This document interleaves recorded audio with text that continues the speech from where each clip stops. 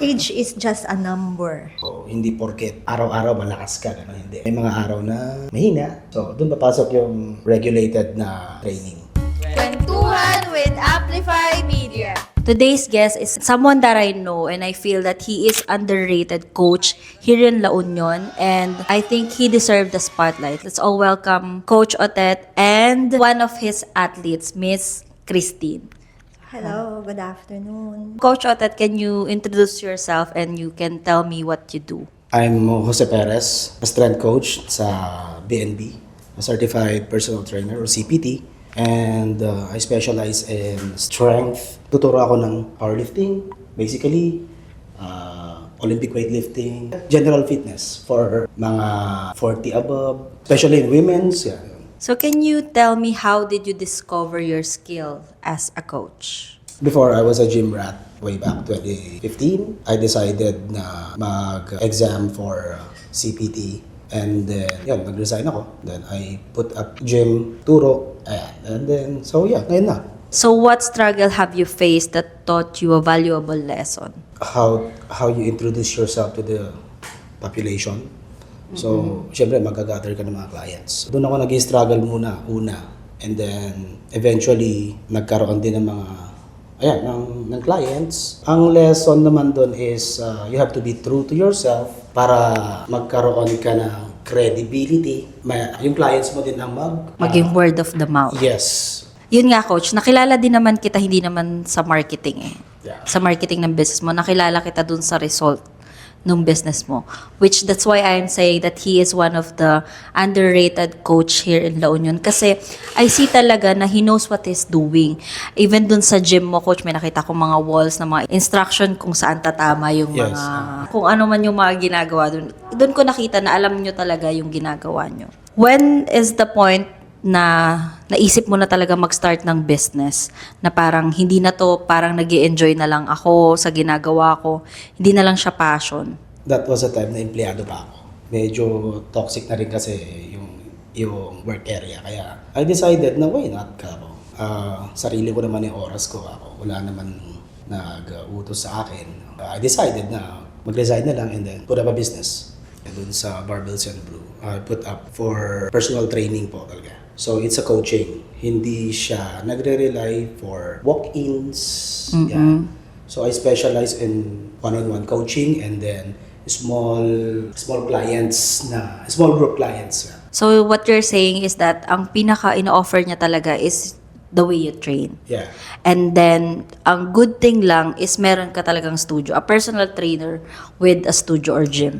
What do you think that helped you build your credibility in this industry? Yung nakatulong sa akin is yung mga clients ko. And then yung puso mo yun yung isang nakatulong sa akin kasi yung feedback. Feedback nila para ma-improve ka. Yes. Plus yung result na binigay mo sa kanila na sila na mismo yung Yes, nag-market exactly. no. Yun. So one of the people that you train today is here with us. So Si Miss Christine. Miss Christine. So please introduce yourself, your age and how you start training with coach. Hello, good afternoon. Thank you for having us here at Amplify Media to share with you about strength training. I'm Christine Bigornia, a mother of 3. Okay. I'm a home-based English online teacher. And Wow. now, a national powerlifter athlete. Yay! Immediately when I got home, ganun kasi ako sa fitness. Very interesting. Fitness is very interesting for me. Tapos, right there and then, when I got home, I started to, Do your research. yes, sabi ko, nakita ko barbells and brew. Pero nakita ko, puro mga barbells. Sabi ko, ha? Bakit ganito? Sabi ko, bakit puro Parang barbell? O hindi sige, ka- sabi ko, why not try? Kinontak ko siya.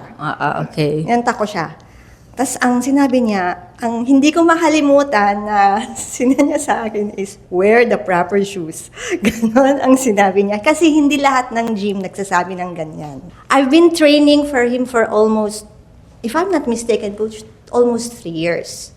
Okay. And that says a lot as a trainee of him. He is a very structured coach. What I mean to say when I say structured is that you don't just you just don't go inside the gym and lift whatever you want. Kung anong feel mong i-lift or kung anong pwedeng, sige, i-lift mo na yan. Kahapon nag-lift ka ng 60. O sige, dagdagan natin ng 65. Hindi siya ganun. He's a very structured person.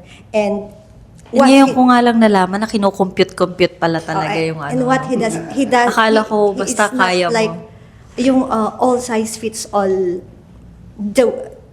na tinatrain niya na hindi naman magkakaiba kasi kami. May sarili-sarili kaming program. Okay? Oh, so talagang coach talaga siya. Kasi most na nakikilala ko dito sa gym, pag pinunta mo siya sa gym, nagpa-coach ka sa kanya, tuturuan ka niya lang. Wala talaga siyang... Promise, nun ko lang talaga nalaman na may computation pala talaga yung binubuhat.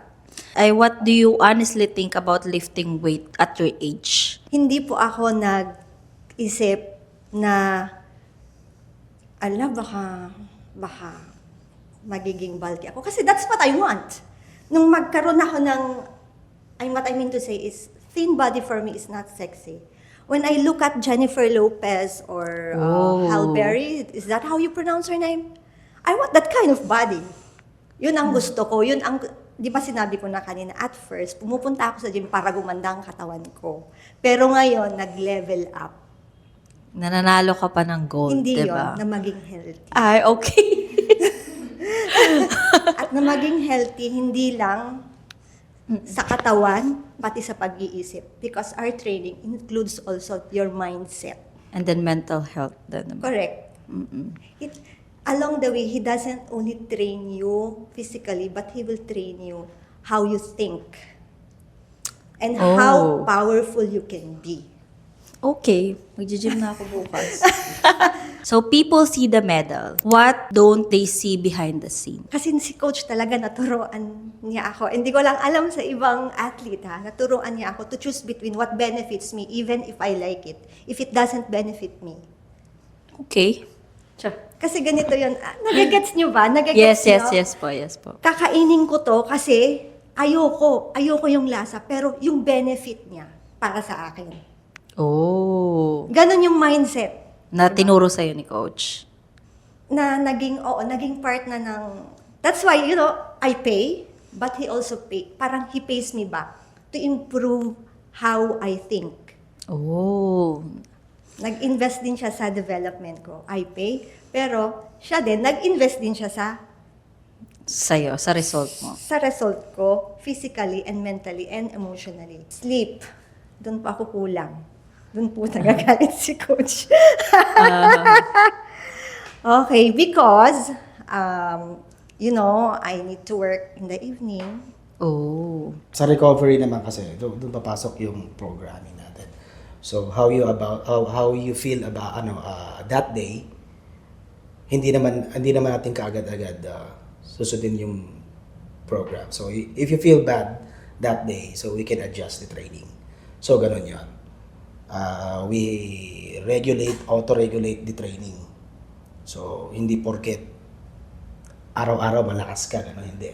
May mga araw na mahina. So doon papasok yung regulated na training. So we have to adjust. Yes, ganun yun. Kasi pag babae, Especially sa babae, yes. mayroon kaming menstruation. Yes. Talagang Before the competition. Hindi ko ma-explain yung pagod niya. Kasi Hindi ko you ma-explain- enjoy. Hindi ko ma-explain yung pagod niya. Minsan talaga mamakaawa ka na kay coach na pwede, 3 na lang coach, 2. Ganon yung, sige na coach, ililibre kita ng Jollibee, umakdo, basta lang bawas-bawasan mo lang. Pero at the back of my mind, hindi eh. Totoo ba yun? Grabe Opo. ka. Okay. Opo, pero kailangan gawin. Kailangan gawin kahit na pipilitin mo talagang gawin. Okay, so napanood nyo na po ba yung balita nung January 12 tungkol sa paghingi ng support ng isang sport official mula sa government? Yes or no? Yo. Sa tingin po ninyo, ano ang epekto ng kakulangan ng government support sa performance ng future Filipino athletes? Facility, the qualified coaches, and syempre yung mga food ng mga athletes. Kapag nagko-competition sila, di ba? Not only competitions, pati sa training. Ayan. Ng mga athletes na talaga na nag-i-international Yes. talaga, no? To begin with, ang dami ng magagaling dito. Okay? Papunta na rin sila sa international. Makakarating pa sana tayo sa ibang bansa or, we will be successfully sports-oriented, lalo sa powerlifting. Kasi ang powerlifting, hindi lang naman puro strength ang binibigay, Yes. pati rin sa health per se. Tsaka sana magkaroon na rin kasi, lalo na kami, di ba? M2. M2 is, what I mean when I say M2 is 50 and above. Meron na rin nagpa-powerlift na M2. Meron na rin kaming magkakaroon na rin tayo ng M3, magpupunta na siya ng 60. Kasi kulang tayo ng mga facilities, equipments, right? Tama, na? Yeah. Yan. So, pag sampa nila na international competitions, they are not trained talaga na, I mean yung ang tawag to, hindi sila picked, hindi sila nakapick na maayos kasi limited ang facilities, limited ang equipments dahil sa funds, di ba? Ito ang main goal ko talaga kasi is to help people get strong, no? Yan ang main goal ko. To help people to get strong. Pangalawa, pangatlo na lang yung bonus na lang kung makakasali sila ng competitions. They win gold medals or something. Yon. Pangalawa, pangatlo na lang yon. This coming March 6 to 8, mayroon tayong powerlifting competitions, national powerlifting competition sa SM North EDSA, sa may Skydome to. Oh, Yan. So, lahat ng mga athlete ng powerlifting buong bansa.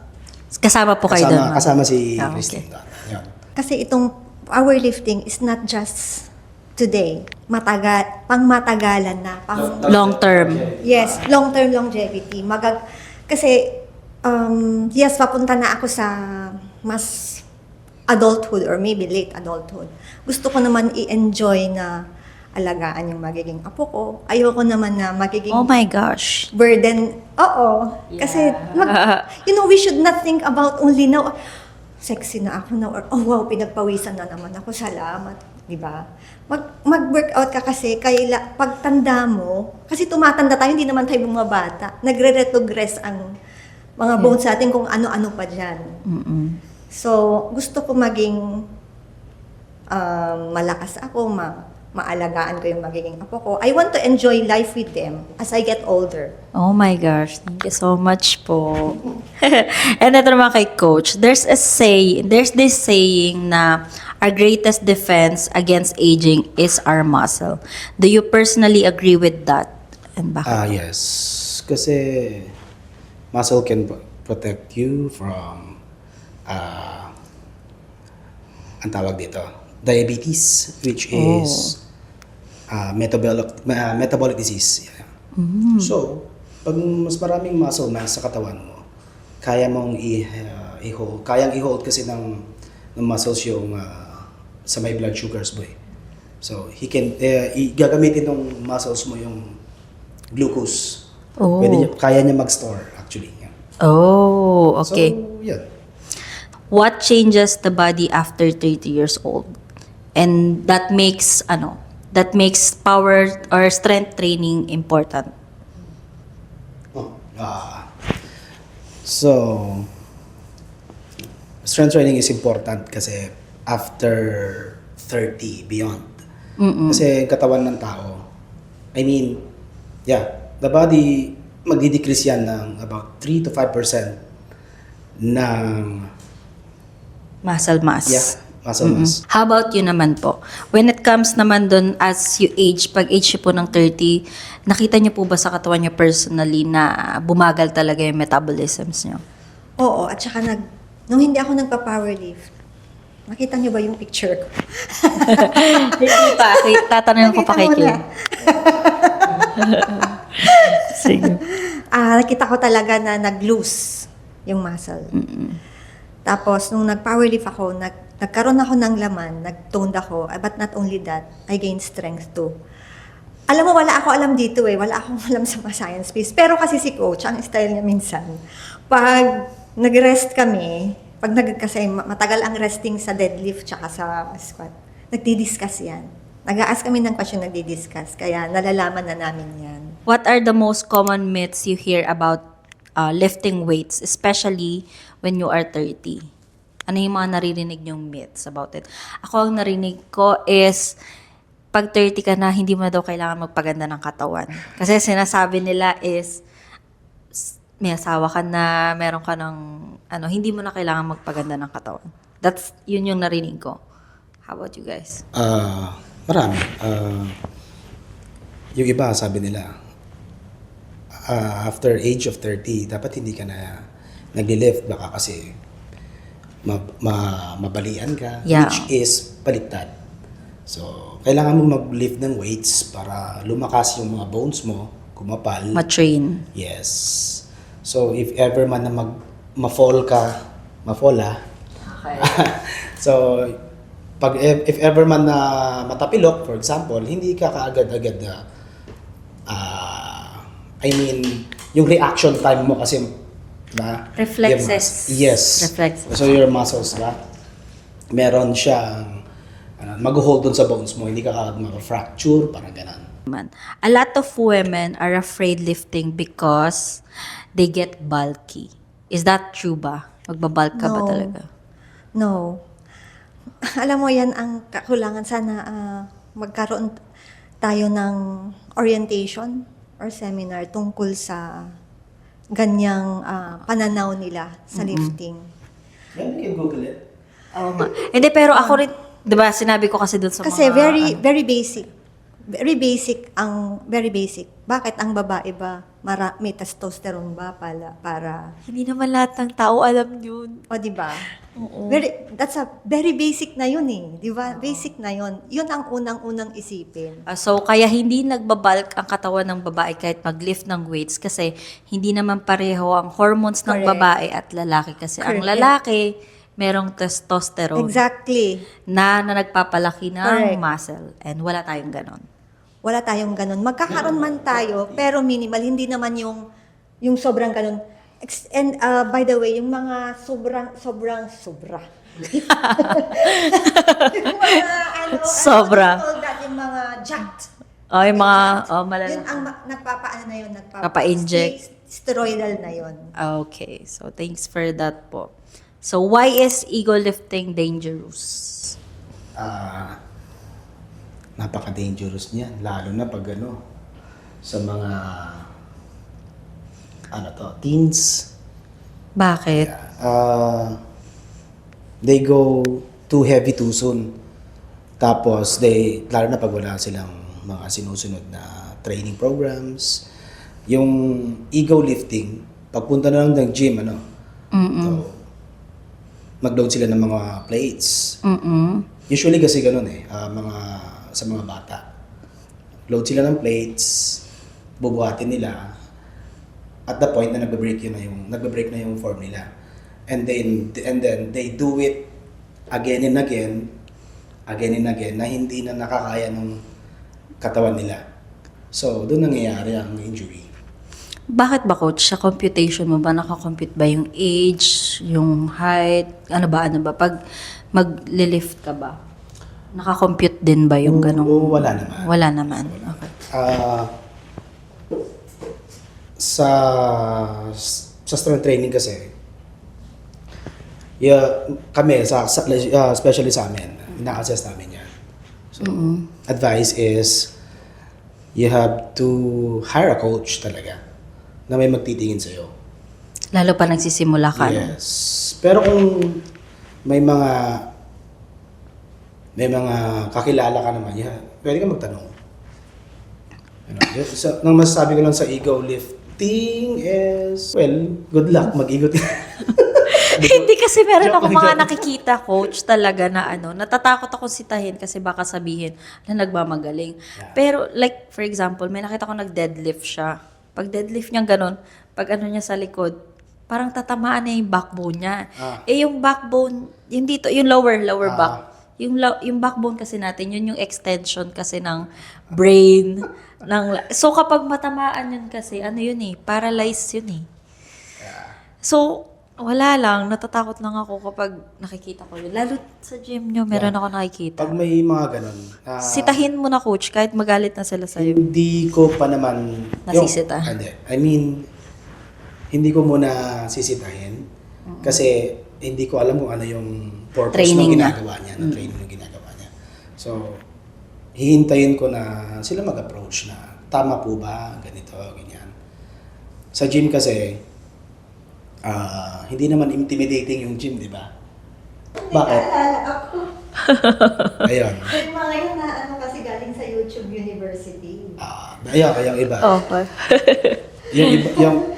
Yung iba kasi, hindi na sila nagtatanong. So, ang alam lang nila is sa YouTube, di ba? Kinakopy Yes. nila. So, that's why maraming nagkakaroon ng injury. Yes. So ito, how do proper progression and deloading help people stay strong in long term? Yun yung ginagawa mo sa amin eh. Pero hindi ko rin siya naintindihan. So explain mo siya ngayon sa amin. Yun. Periodization ang tawag doon. Okay. So, you have to periodize your training program. Kasi di ba, nabuhat ko na siya ng mabigat. Tapos i-deload mo siya. Bakit ganon? Yeah, para makapag-recover yung katawan mo. So, yun yung deload phase natin. So, mag-deload ka, and then start again, going up. So, ang progression natin hindi naman Straight line, pataas. yeah. When someone starts training with you, what's the first thing you assess before letting them lift? Ano mo na yung ginagawa mo? So, sa assessment, tatanungin ko muna kung may mga medical conditions. Okay.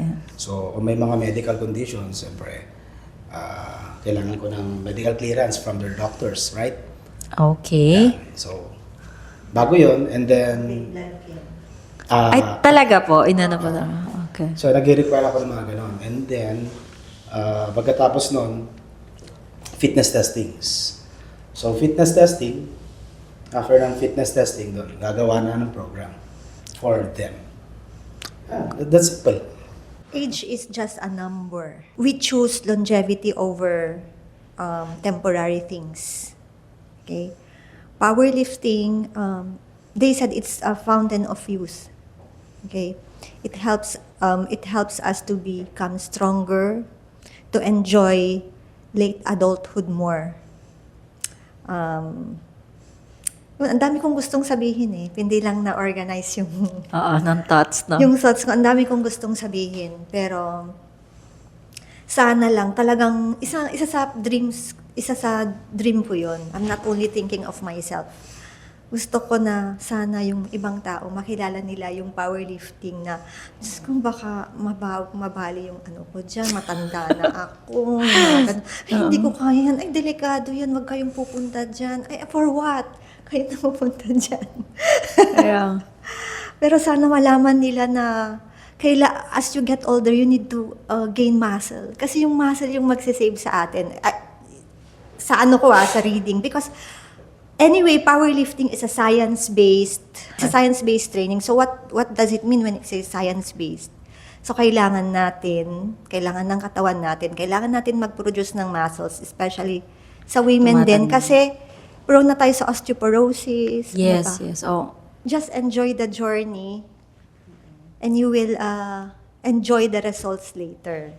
Okay po. Thank you so much po. And then last, coach, before we end, let's talk about your business. So this is the time you need to, this is the time that you can promote your business. Hi, I'm Jose Perez, also known as OTEP, a certified personal trainer. I own the business Barbells and Brew and Strand Lab. Located siya sa Doña Pipita Building, 4th floor, sa May Quezon Avenue, in front of Dunkin' Donuts, here in San Fernando City, Loña.